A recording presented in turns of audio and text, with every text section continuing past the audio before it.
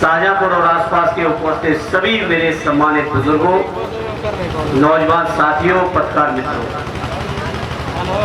आज के इस मौके पर शाहजहांपुर के लोगों आपके बीच अपील और प्रार्थना लेके आए हैं। यद्यपि इसमें कोई शक नहीं, जैसा माननीय राष्ट्रीय अध्यक्ष जी ने कहा है, उत्तर प्रदेश की सबसे बड़ी जीत अगर कहीं होने जा रही है तो करेल विधानसभा से तेज प्रताप जी की होने जा रही है। और करेल की ये जीत, ये मैनपुरी क्षेत्र, मैं समझता हूं कोई एक दिन के रिश्ते नहीं है। ये रिश्ते सदैव नेताजी के बनाए हुए और पीढ़ियों चलने वाले रिश्ते हैं।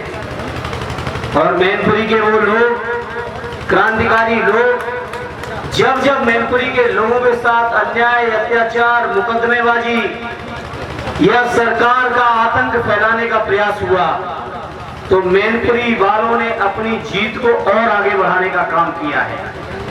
कई साथी चर्चा कर रहे कि प्रशासन के लोग, यहाँ के एक मंत्री और तमाम लोग मिलके अन्याय और अत्याचार करने की फिराक में हैं। तो मैं शाहजहांपुर के लोगों आपसे कहूंगा, ये इलाका वो इलाका है, यहाँ के लोगों को जब जब किसी ने चुनौती दी तब तब इस इलाके के लोगों ने समाजवादियों के झंडे को और बुलंद किया।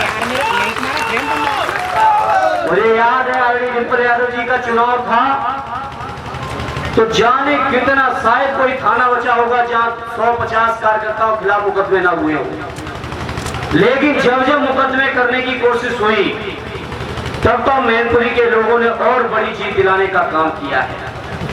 शाहजहांपुर के लोग भूले नहीं होंगे और आसपास के ओर से लेके तमाम ये इलाके के लोग, एक मंत्री जो आजकल मंत्री बने हुए प्रदेश की सरकार में, ये जब जब ताकत में आए हैं तो सबसे ज्यादा अत्याचार करने की कोशिश इसी इलाके में की है। और जब जब इस इलाके में अत्याचार करने की कोशिश की है तब तब इस इलाके के लोगों ने उन्हें मुंहतोड़ जवाब देने का भी काम किया है।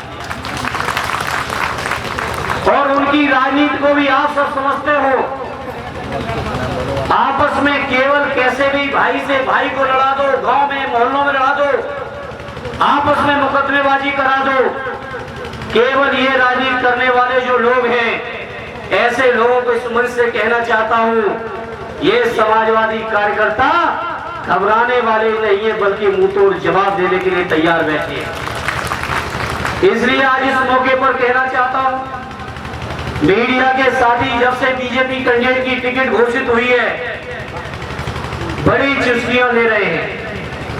राष्ट्रीय अध्यक्ष जी से भी सवाल करते हैं तो उसी तरह की बातें करते हैं, हमारे लिए भी लिखते हैं तो उसी तरह की बातें लिखते हैं, क्योंकि मीडिया के लोगों को, भारतीय जनता पार्टी को शायद ये बातें सूट कर जाती होगी।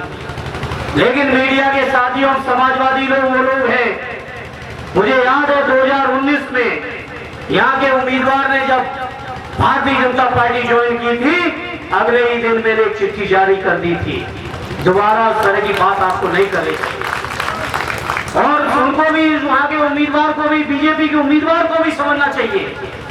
आज वो जिनकी गोद में बैठे हैं उन्हीं ने सबसे ज्यादा अन्याय, सबसे ज्यादा अत्याचार, सबसे ज्यादा शोषण इस इलाके के लोगों को और घिरोर के लोगों के ऊपर किया है। इसलिए मेरे घिरोर और शाहजहांपुर के आसपास के लोगों, ये चुनाव जो आने वाले 13 तारीख को हो रहा है, ये केवल तेज प्रताप जी को विधायक बनाने भर का चुनाव नहीं है, बल्कि ऐसे लोगों को सबक सिखाने का भी समय आने वाली 13 तारीख को आ रहा है। और जब सबक सिखाने का समय आता है तो शाहजहांपुर और घिरोर के लोग कभी पीछे हटने वाले नहीं है। इसलिए मुझे यकीन है हमारे राष्ट्रीय अध्यक्ष, जिनके नेतृत्व की तरफ, जिनके चेहरे की तरफ, जिनकी पीडीए की रणनीति की ओर पूरे देश की निगाह लगी हो, ऐसे समय पर हमारे घिरोर और करेल के लोग राष्ट्रीय अध्यक्ष जी का मान और सम्मान बढ़ाने में कोई कमी न छोड़ देना, यही हमारी आपसे प्रार्थना है, यही हमारी आपसे अपील है। मुझे यकीन है कि जैसा हमेशा परंपरा रही है इस इलाके से समाजवादियों के झंडे को बुलंद करने की, उसी परंपरा को एक बार फिर आगे बढ़ाते हुए तेज प्रताप को ऐतिहासिक वोटों से यहाँ से जिता देना, यही प्रार्थना और अपील करते हुए अपनी बात को विराम देता हूँ। जय हिंद, जय भारत, जय समाज। बहुत बहुत धन्यवाद।